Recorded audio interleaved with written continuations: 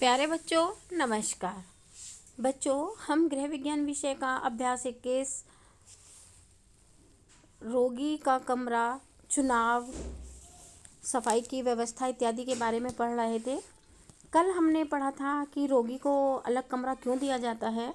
दूसरा, रोगी के कमरे का चुनाव करते समय हमें किन किन बातों का ध्यान रखना चाहिए।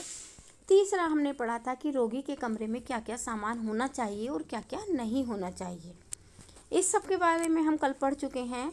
आज हमें पढ़ना है कि रोगी के कमरे में संवातन तथा ताप।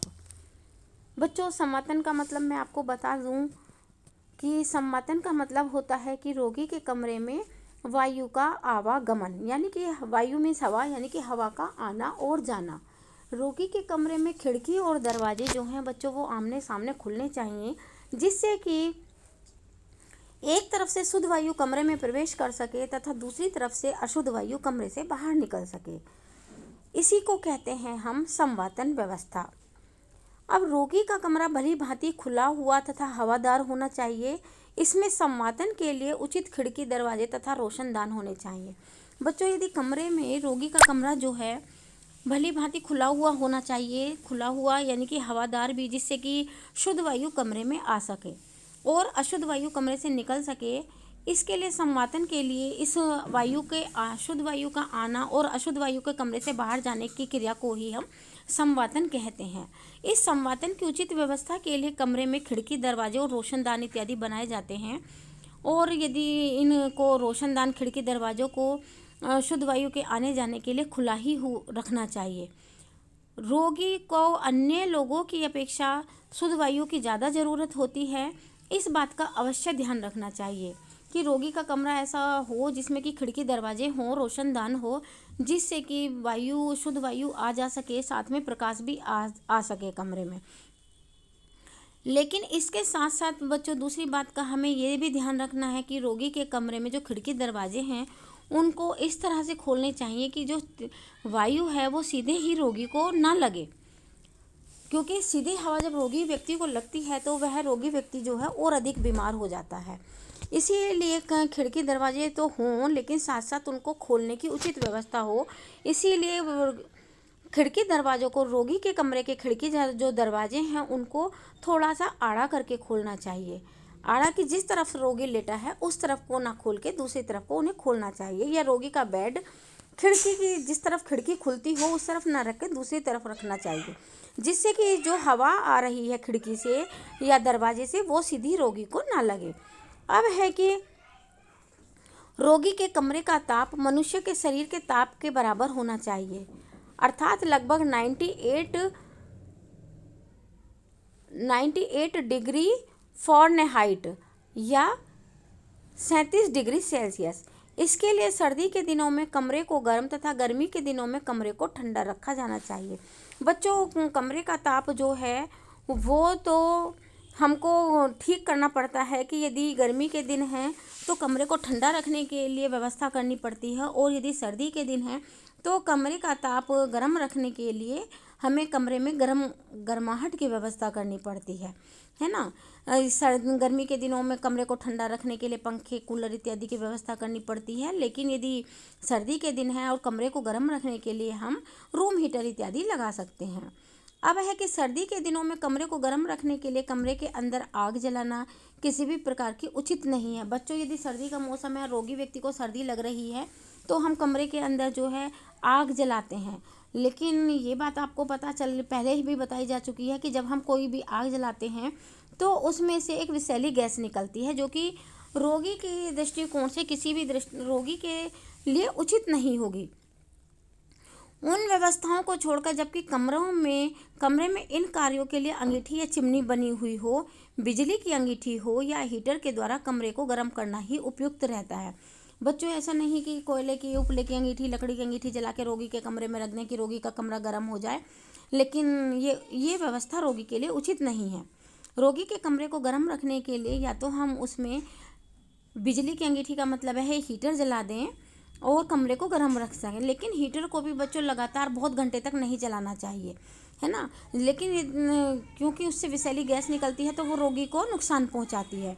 और यदि कमरे में हीटर जलाया हुआ भी है तो लेकिन कहीं ना कहीं से उस विषैली गैस के निकलने की भी व्यवस्था होनी चाहिए। यदि किसी कारणवश अंगीठी इत्यादि जलानी ही पड़े तो केवल लकड़ी का कोयला प्रयोग में लाया जा सकता है।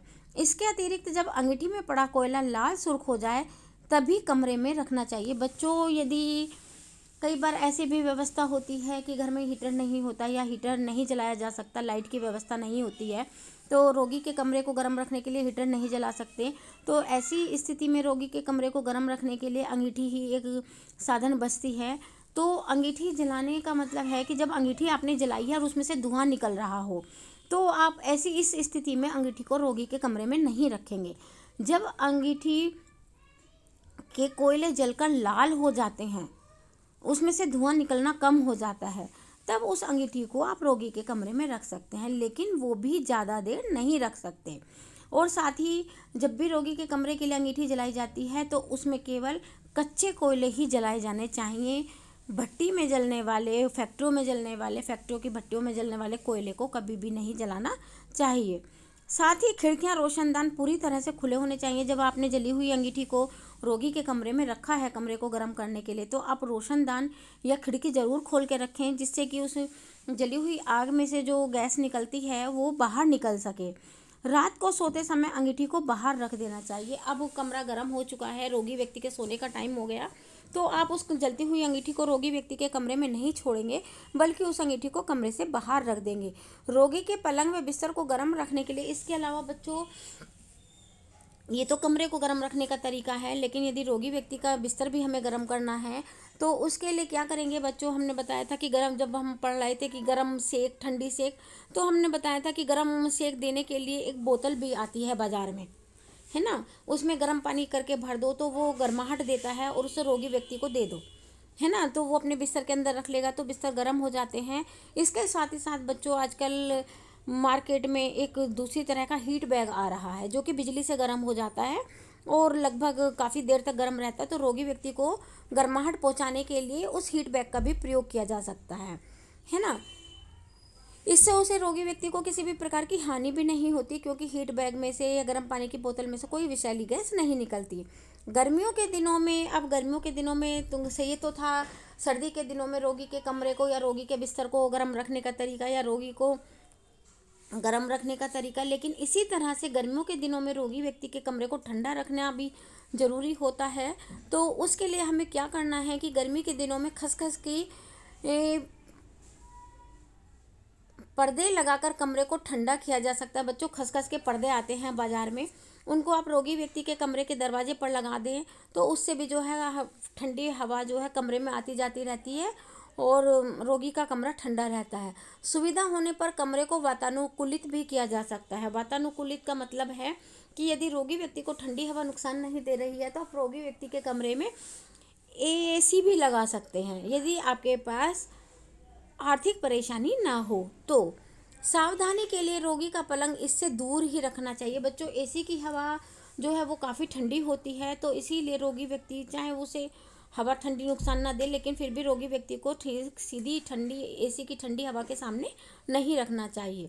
और यदि रोगी व्यक्ति के कमरे में एसी भी चल भी रहा है तो उस समय रोगी व्यक्ति को हल्का वाला ब्लैंकेट जो है ढक के रखना होगा। अब आता है कि रोगी के कमरे में प्रकाश तथा धूप का प्रबंध। रोगी के कमरे में किसी भी प्रकार का तीव्र या चकाचौंध करने वाला प्रकाश नहीं होना चाहिए। बच्चों, रोगी के व्यक्ति के कमरे में जो लाइट की व्यवस्था हो वो इस तरह की हो कि देखने में भी दिक्कत ना करे और रोगी व्यक्ति की आँखों को चौंधाए भी नहीं। ये लाइट की व्यवस्था इस तरह से होनी चाहिए कि रोगी व्यक्ति के कमरे में प्रकाश भी बना रहे और रोगी को किसी भी तरह की चकाचौंध भी महसूस ना हो। कमरे में धूप का आना अत्यंत आवश्यक होता है, विशेषकर प्रातः। बच्चों, धूप का आने से क्या होगा फ़ायदे। धूप के आने से पहले तो यदि कमरे में जो भी जर्म्स हैं वो धूप की गर्मी से मर जाते हैं। दूसरी बात, प्रातःकालीन धूप में जो है विटामिन डी भरपूर मात्रा में होता है और प्रातःकालीन धूप यदि रोगी व्यक्ति को लगती है तो उसके शरीर में विटामिन डी की पूर्ति हो जाती है। इसीलिए प्रातःकाल की धूप रोगी की चारपाई तथा शरीर पर पड़नी चाहिए।